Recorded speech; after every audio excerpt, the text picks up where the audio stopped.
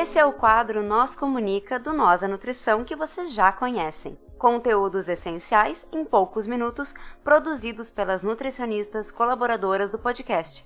Quer saber mais sobre elas ou sugerir um assunto que você quer ouvir por aqui? Segue a gente no @NósDaNutrição, nós com Z, e manda uma DM por lá ou um tweet se preferir. Bora pro episódio? Seguimos agora com as nutricionistas Aline Jerônimo e Marina Meirelles, do Pluralizando. Oi galera, aqui quem fala é a Marina.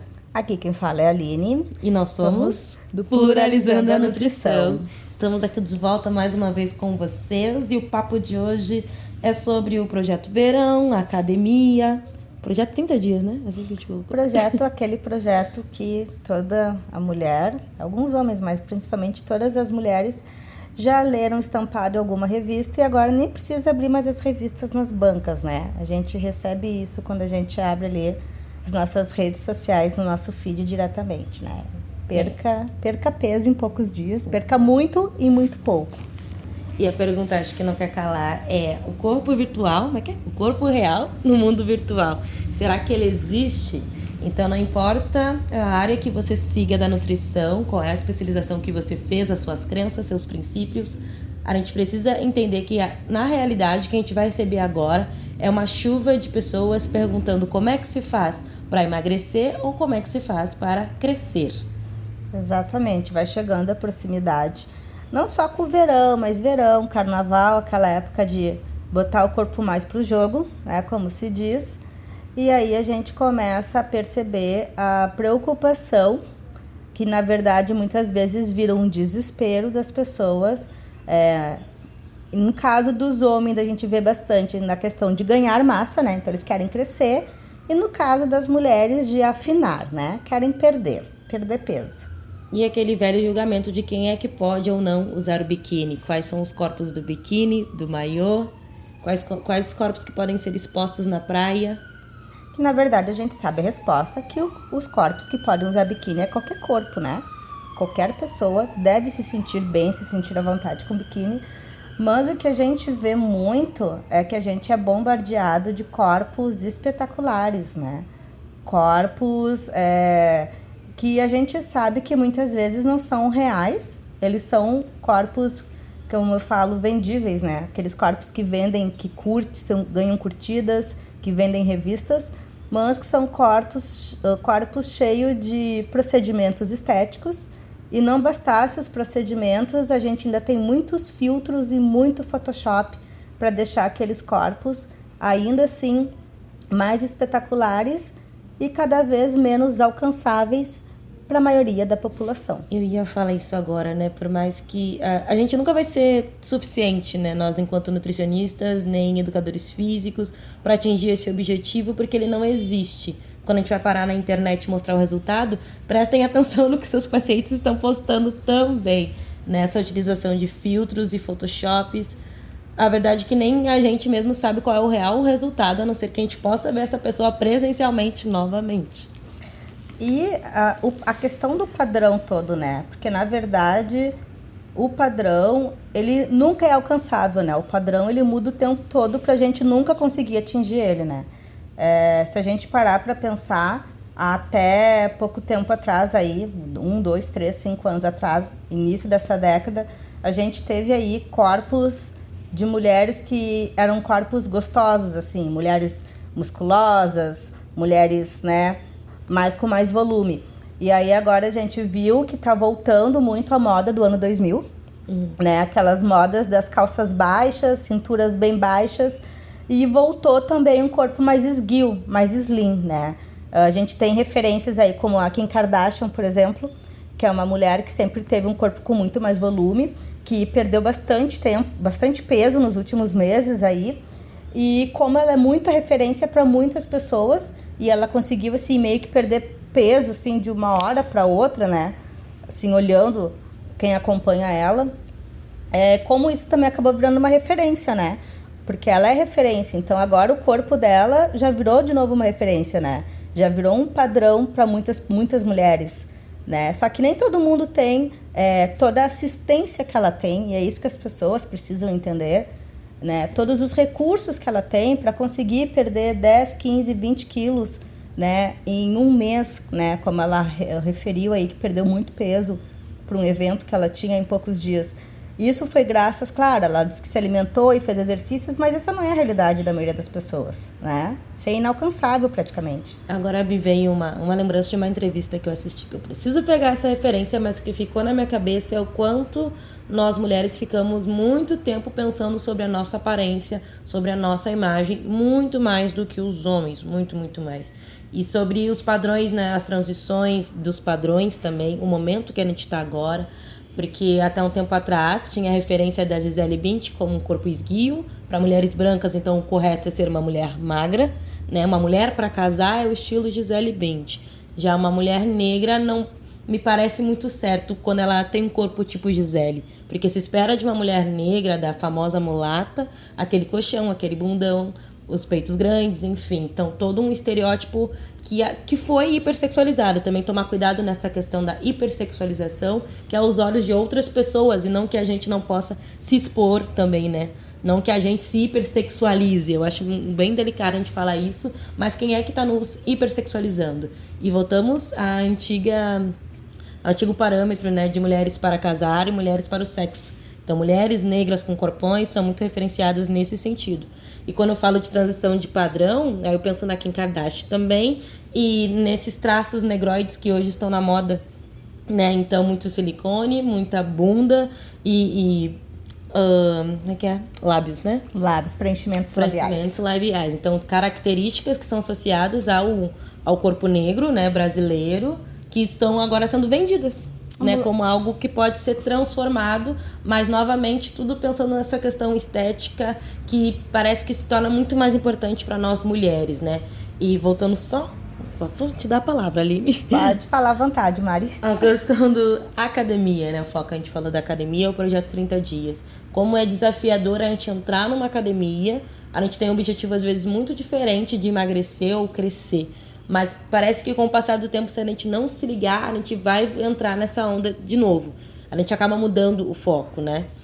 Sei lá, você vai lá para fazer um fortalecimento muscular, alguma outra questão, você acabou se lesionando, tá num processo de recuperação. Parece que a gente acaba desviando, querendo... Não que você não possa querer emagrecer ou ter essa hipertrofia, mas como o meio nos influencia isso. Parece que a academia...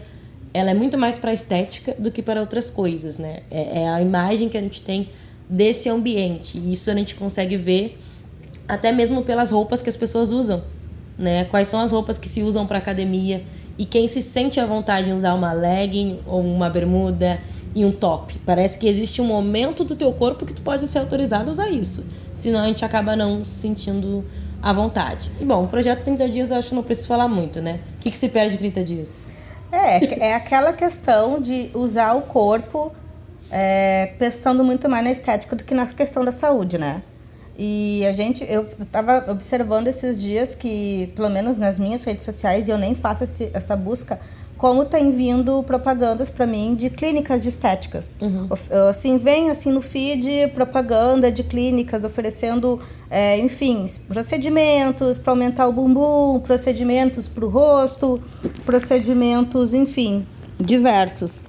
E eu vejo que como isso, nessa época do ano, acaba vindo, bombardeando, né? E se a pessoa não está numa fase de, né, que é o meu caso, por exemplo, de muito tranquila comigo, enfim, de bem comigo, aquilo ali acaba realmente botando uma pressão muito grande, né? Porque acaba sendo muitas vezes a gente percebe que a questão estética ela transportou, né? Ela superou a questão de saúde, né? Então, a gente vê nesses projetos verão, e aí que a gente fala do risco, né? Que nós, como nutricionistas, né, quem estuda um pouco dessa ciência, entende o risco que se tem, né, de dietas muito restritivas, de promessas de emagrecimentos em tempo recorde, desses milagres. A gente sabe o custo que isso tem para a saúde. É um processo de alienação muito intenso e muito forte que começa perto do verão. E é muito doido, muito louco, porque é como se a gente tivesse a permissão de estar gordo no inverno, mas tem que estar magro no verão em função desse corpo exposto, né? Então, quando o corpo tá escondido, tô quietinha no meu canto, em casa, cheio de roupas, tá tudo bem. Mas aí, quando eu vou expor o meu corpo, ele não pode estar gordo. É a era gordofóbica. Né? É a era gordofóbica, que na verdade ela atinge sim muito mais as pessoas gordas, mas a gente para pra pensar, o tempo todo a gente é colocado em situações pra gente se sentir desconfortável com o nosso corpo. Né? A gente tá sempre se sentindo desconfortável com o nosso corpo. É muito difícil a gente, mulher, conseguir realmente se sentir confortável, porque a gente sofre uma pressão estética muito grande e mudanças de padrões muito bruscas. Então, uma hora o peito tem que estar grande, uma hora o peito tem que estar pequeno. E o nosso peito a gente sabe que não fica crescendo e diminuindo, aumentando, entendeu? Assim como é a questão de ter um bumbum mais avantajado, ter um corpinho mais esguio, né? Ter a mulher, esses dias eu escutei de uma pessoa, porque o ano que vem eu faço 40 anos, e ela disse assim, mas tu não tem cara de uma mulher de 40 anos. E eu perguntei, mas qual é a cara de uma mulher de 40 anos? Né? Que cara é essa? Que corpo é esse que uma mulher de 40 anos tem que ter? Que cara é essa? Que aparência é essa? Né? Então é da mulher de 40, da mulher de 50, da mulher de 30. Então, se a gente parar para pensar, em todas as faixas etárias, a gente está lidando sempre com alguma pressão estética, né? Muito mais em cima de corpos de mulheres, enfim, porque a gente tem sim, como a Mari falou ali, uma questão de sexualização do corpo das mulheres, né? Isso é uma questão histórica, patriarcal, né? Não é exclusiva do Brasil, mas a gente sabe que, inclusive, por nós vendermos uma cultura do carnaval, da mulata do futebol, da mulata do carnaval, a gente viu que também a gente tem essa cultura, né? De por muito tempo, então, a mulher brasileira era aquela mulher gostosa, corpulenta, cintura fininha, quadril grande. Então, a gente está sempre se sentindo nessa obrigação de atender a alguma expectativa social. Um corpo correto, né? Um corpo certo para a idade, para a questão étnica, racial também. Então, um corpo correto para ser mãe, enfim. E aí a gente começa a ver as redes sociais bombando de imagens de corpos, cheio de procedimentos e de photoshops. E aquilo, as pessoas acabam até se perdendo, né? Não conseguem muitas vezes fazer um post, tirar uma foto sem ter que mexer alguma coisa e principalmente diminuir, né? Diminuir cintura e aumentar quadril, né? É muito isso. A gente vê esse movimento do crescente, cada vez mais filtros, cada vez mais coisas para a mulher ser cada vez menos quem ela é, né? Realmente. A questão... Fico pensando nos consultórios de psicologia, né? Não sei o que chega e que a gente acaba tentando resolver a nossa vida em função de uma questão estética, né? Então a coisa acaba sendo muito mais profunda. Entre tantos problemas que a gente tem que resolver na vida, a gente tem essa pressão, parece que nos passam para frente, né? Você tem que tomar conta de casa, você tem que trabalhar, você tem que estudar, mas aí vem alguém e fala sobre o seu peso, sobre a sua bunda, sobre o seu peito, oi, eu tenho tanta coisa para resolver na vida, é sério que isso está te incomodando? E eu acho que é uma fala muito romantizada, é difícil, mas é um exercício que tem que ser feito, né? Se isso é um problema do outro com o meu corpo, esse problema ele é do outro, ele não é meu. Mas é uma fala que a gente tem que fazer, é um exercício diário, né? Este problema é de quem? Fulano falou do meu corpo.